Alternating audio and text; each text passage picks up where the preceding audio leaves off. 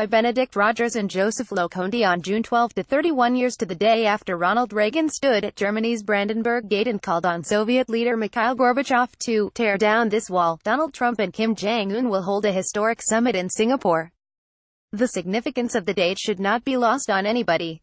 The speed with which relations between North Korea, South Korea, and the United States have improved, superficially, at least, is extraordinary.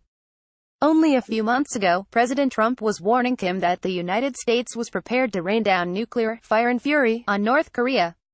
The world seemed poised on the brink of war. Donald Trump. File photo, Gage Skidmore, via Flickr. 2 weeks ago, however, Kim entered the world stage as the model of conviviality, embracing South Korea's President, Moon Jae-in, at Panmunjom. For Trump, Kim went from being Rocket Man to an honorable man. The headlines might have read, Rocket Man lands on Moon. But euphoria and naivete must be avoided.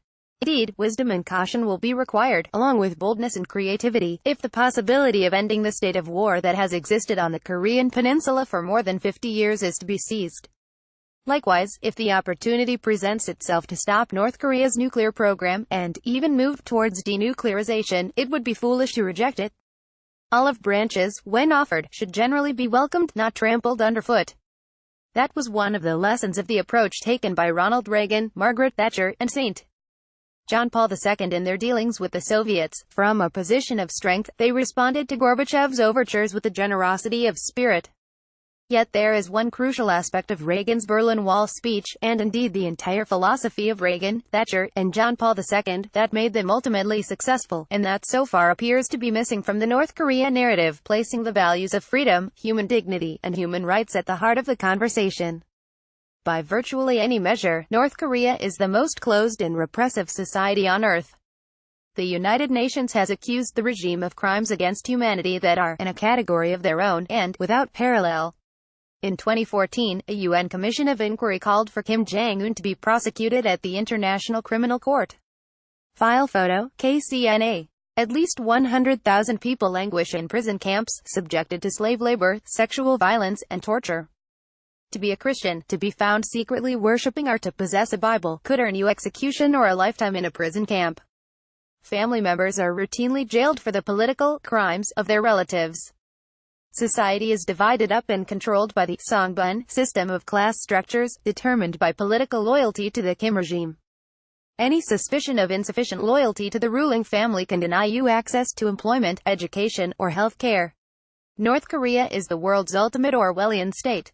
Nevertheless, a recent report by Christian Solidarity Worldwide has found that, although the regime's nature has not changed, the mindset of the North Korean people has shifted. Flow of information into the Hermit Kingdom, through radio broadcasts and the smuggling of DVDs and USBs containing South Korean soap operas, has created an awareness of the outside world. There is still no visible dissent, because to show dissent is to commit suicide, but within the privacy of people's minds, discontent with the status quo is growing.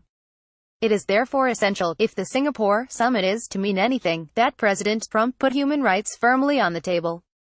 He has no excuse not to, having met several North Korean escapees and invited one remarkable man, Ji Seon-ho, to the State of the Union address this year. As with the Helsinki process, which helped to open up the Soviet Union, human rights and international peace and security should be addressed together. For what peace can there be on the Korean peninsula if the terrible suffering of the North Korean people goes unchallenged? It is worrisome that South Korea's President Moon announced in advance of his meeting with Kim that human rights would be off the agenda. It is troubling that South Korea has not replaced the excellent Young Hoon Lee as ambassador for human rights in North Korea, nor has it activated its Foundation for North Korean Human Rights mandated by its own North Korea Human Rights Act. Meeting between Moon and Kim in 2018. File photo, Tom Grundy, HKFP.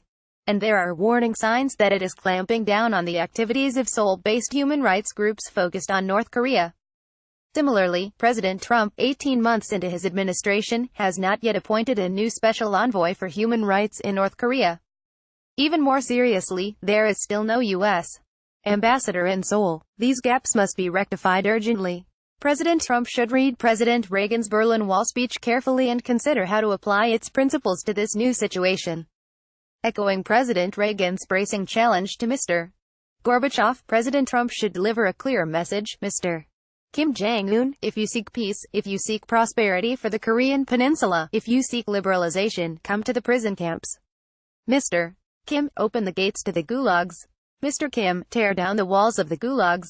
Mr. Kim, free all your political prisoners. The Brandenburg Gate symbolized a country divided physically and ideologically. Panmunjom is similar, a stark dividing line between an open, democratic, economically liberal and prosperous South Korea and the world's most totalitarian, repressive, and closed country to the north. President Reagan described the dreary Berlin Wall that stood behind him as part of a vast system of barriers that divides the armed guards, fences and a gash of barbed wire, concrete, dog runs and guard towers that divided Berlin describe North Korea today. As Trump shakes Kim's hand, he would do well to bear in mind the words of Ronald Reagan: "There stands before the entire world one great and inescapable conclusion: freedom leads to prosperity.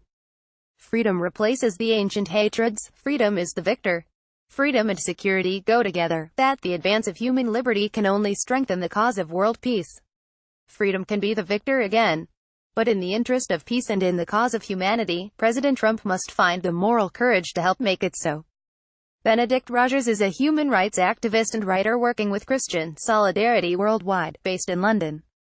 He is a co-founder of the International Coalition to Stop Crimes Against Humanity in North Korea. Joseph Loconte is an associate professor of history at the King's College in New York City and the author of God, Locke, and Liberty: The Struggle for Religious Freedom in the West. This article first appeared on the National Review. Comments.